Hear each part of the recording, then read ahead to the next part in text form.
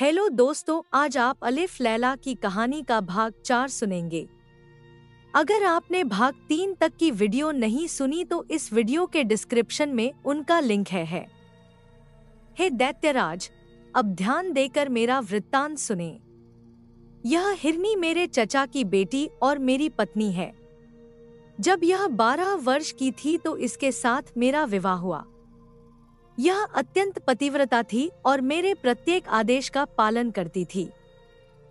किंतु जब विवाह को 30 वर्ष हो गए और इससे कोई संतान नहीं हुई तो मैंने एक दासी मोल ले ली, क्योंकि मुझे संतान की अति तीव्र अभिलाषा थी। कुछ समय बाद दासी से एक पुत्र का जन्म हुआ।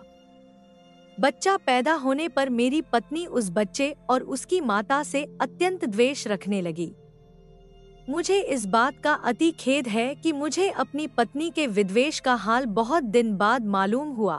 संयोगवश मुझे एक अन्य देश को जाना पड़ा। मैंने अपनी पत्नी से जोर देकर कहा कि मेरे पीछे इन दोनों की अच्छी तरह देखभाल करना और इनके आराम तकलीफ का ख्याल करना। भगवान चाहेगा तो मैं 1 वर्ष में लौट आऊंगा। मेरी स्त्री ने मेरे जाने के बाद उन दोनों से दुश्मनी रखना शुरू कर दिया। वह जादू टोना भी सीखने लगी थी।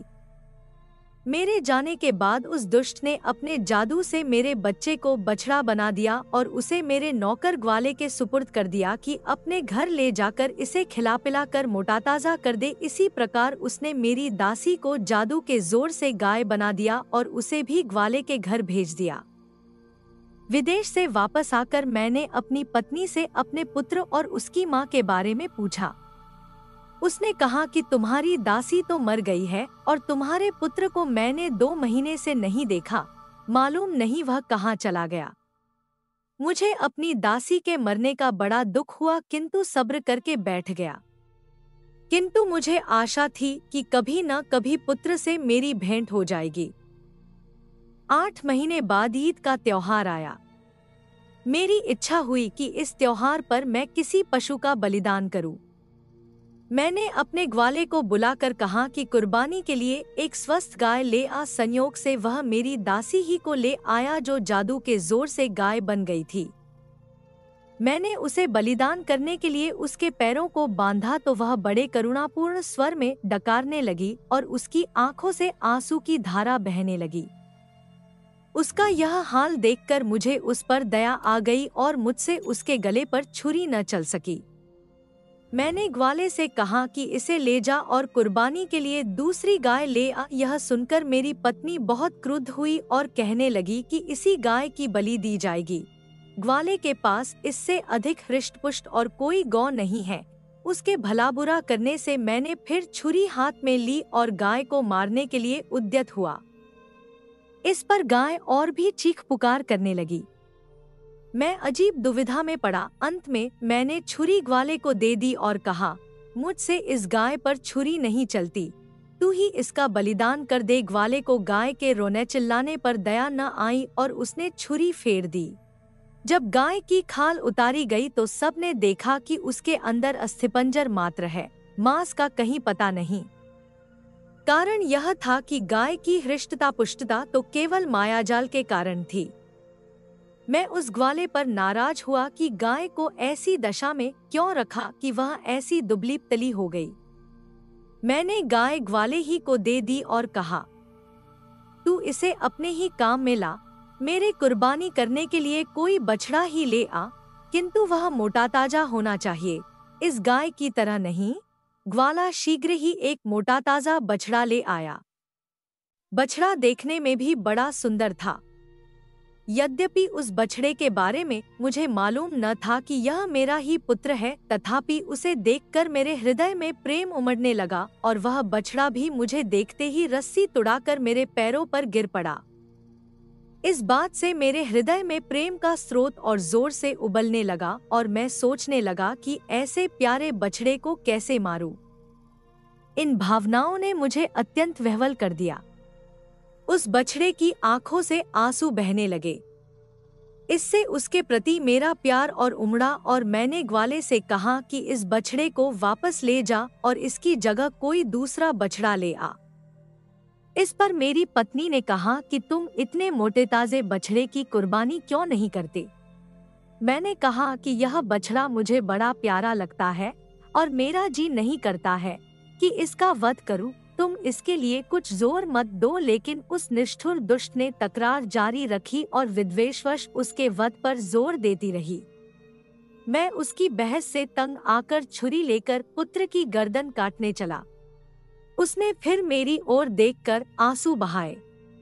मेरे हृदय में ऐसी दया और प्रीति उमड़ी कि छुरी हाथ से गिर गई। फिर मैंने अपनी पत्नी से कहा कि मेरे पास एक और बछड़ा है, मैं उसे कुर्बान कर दूंगा। वह दुष्टमना फिर भी उसी बछड़े को मारने पर जोर देती रही, किंतु इस बार मैंने उसके बकने झकने की परवाह नहीं की और बछड़े को वापस कर दिया। हाँ, पत्नी के हृदय को सांत्वना देने के लिए कह दिया कि बकरीद के दिन इसी बछड़े की बलि दूंगा। ग्वाला बछड़े को अपने घर ले गया, लेकिन दूसरे दिन तड़के ही मुझसे एकांत में कहा कि मैं आपसे कुछ कहना चाहता हूँ और मुझे आशा है कि आप मेरी बात सुनकर प्रसन्न होंगे। मेरी बेटी जादू टोने में प्रवीण है। कल जब मैं उस बछड़े को वापस लेकर गया तो वह उसे देखकर हंसी भी और रोई भी। मैंने इस विचित्र बात का कारण पूछा तो बोली कि अब्बा, जिस बछड़े को तुम लौटा कर जिंदा लाए हो वह हमारे मालिक का बेटा है, इसलिए मैं इसे जीता जागता देखकर प्रसन्न हुई। रोई इसलिए कि इसके पहले इसकी माँ की कुर्बानी दे दी गई थी। हमारे स्वामी की पत्नी ने सौतिया डाह के कारण इन माता पुत्र को जादू के जोर से गाय और बछड़ा बना दिया था।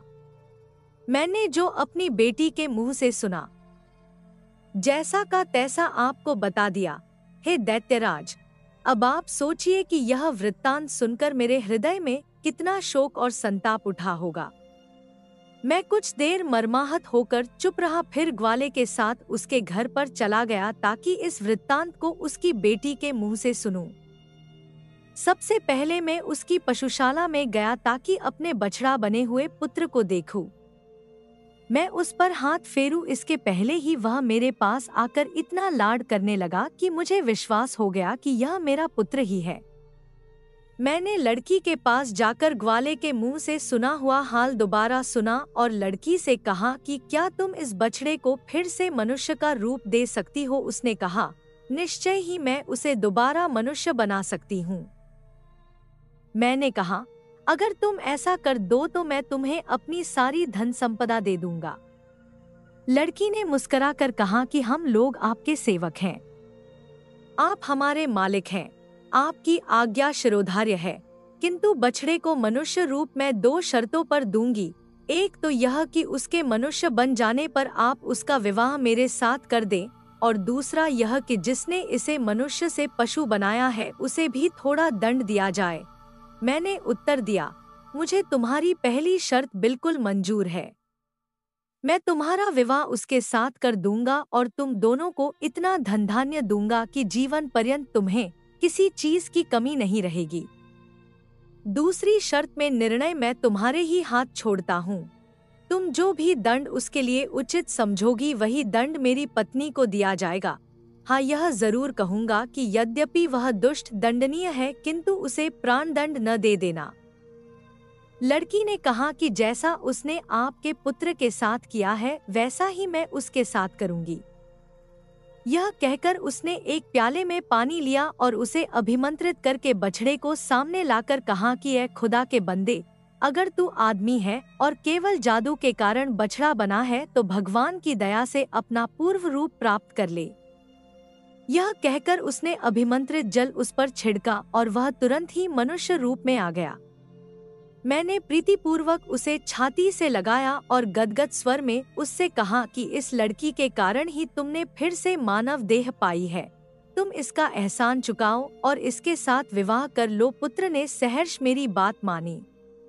लड़की ने इसी प्रकार जल को अभिमंत्रित करके मेरी पत्नी को हिरनी का रूप दे दिया। मेरे पुत्र ने उस कन्या के साथ विवाह किया, किंतु दुर्भाग्यवश वह थोड़े ही समय के बाद मर गई। मेरे पुत्र को इतना दुख हुआ कि वह देश छोड़कर कहीं चला गया।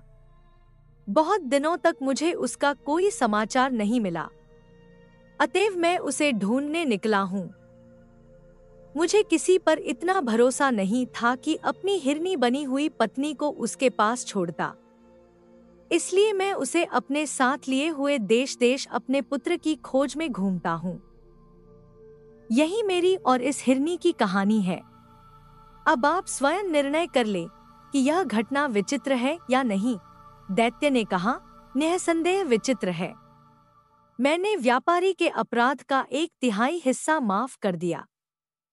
फिर शहरजाद ने शहरयार से निवेदन किया कि जब पहला वृद्ध मनुष्य अपनी कहानी कह चुका तो दूसरे बूढ़े ने, जो अपने साथ 2 काले कुत्ते लिए था, दैत्य से कहा कि मैं भी अपना और इन दोनों कुत्तों का इतिहास आपके सम्मुख रखता हूँ।